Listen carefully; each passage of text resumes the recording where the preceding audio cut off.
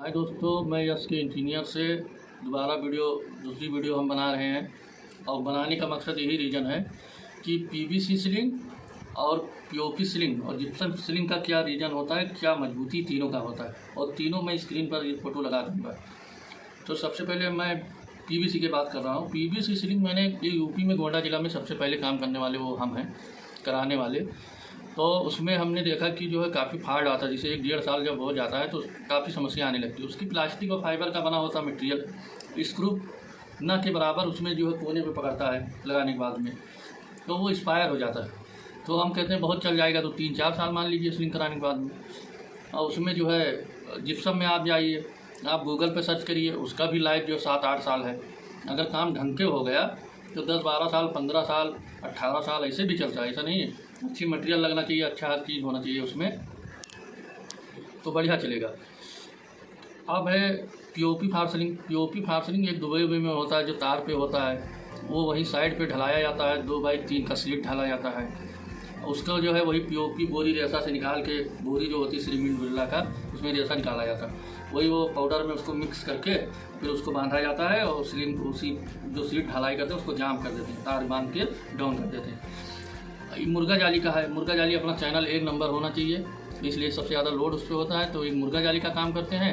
तो उसमें क्या सिस्टम है, फ्रेम बांध लिया हमने, उसके बाद उस पर जाली टाइट किया जाता है। जाली पे माल चढ़ता है, एक चक्कर कच्चा होता है, फिर उसके बाद हल्का और पक्का किया जाता है, फिर टिक्की लगाया जाता है डोरी बांध के लेवल उसको देखने के लिए।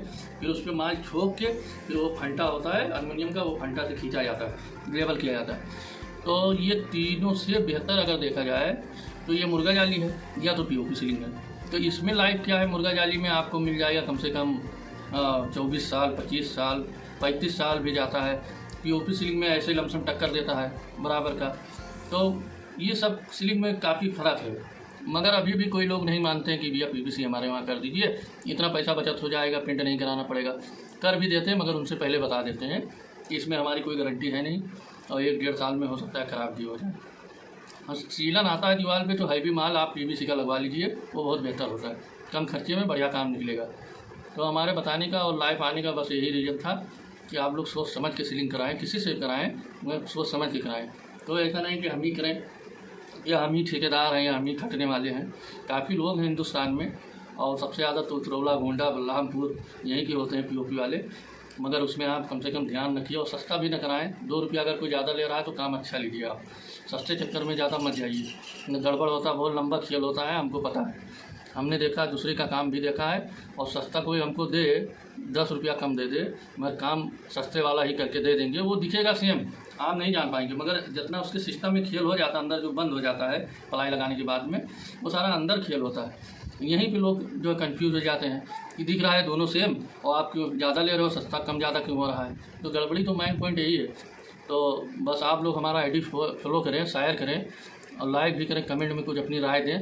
और सारे इंडिया में कोशिश होता है हमारा काम करवाने का, कोई यूपी और एमपी नहीं है, इंडिया में कहीं बड़ा प्रोजेक्ट होना चाहिए, हम काम करवाएंगे बहुत बेहतरीन। पेंटिंग का भी काम करवाते हैं।